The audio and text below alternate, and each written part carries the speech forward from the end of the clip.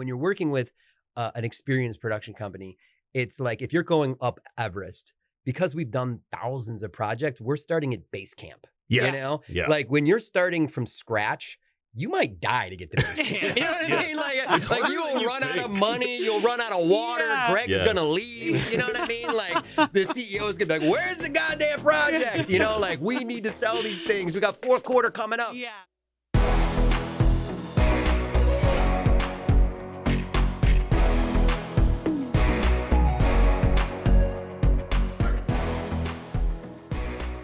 Obviously, if you're dealing with an injury defense lawyer, something like that, it's a little bit harder to make jokes about what they're doing because Peter Francis Dracy. Dracy.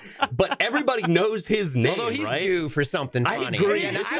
Peter Francis Dracy, if you're watching, we might do it on the house next week. Okay, Get you on stage, man. You're hot. I need to get my hands on those tapes. Yes. But like that is there. We've had a client before that they were actually licensing a font, and it was $20,000 a year for a font.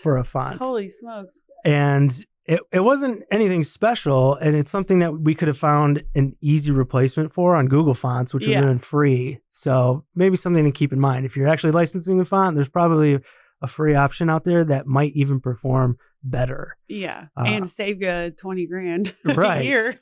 Yeah. Kind of what's your brand voice? I know a lot of law firms, nursing homes, they're on TikTok now. That could be the right decision. That also hilarious. Oh yeah, it also could be the wrong decision, and it kind of just goes back to what's your brand voice? How do you want to appear on the internet? Mm-hmm. Because if you are going to be silly on TikTok, I think then you can't be super serious on Facebook. It needs to connect. So there's a lot that goes into, crafting these paid advertisements, which is not something that, people probably think about when they see one.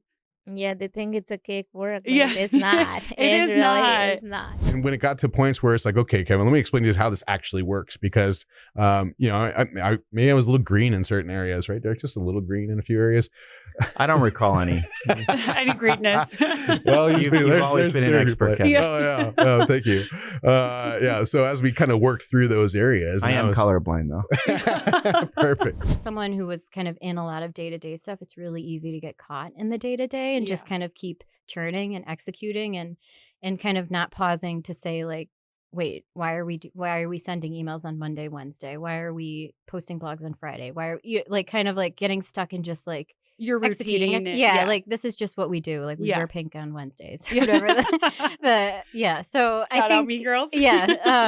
So I feel like that's kind of a pitfall where it's important to kind of continuously kind of optimize that strategy and continuously check in and make sure it's still working.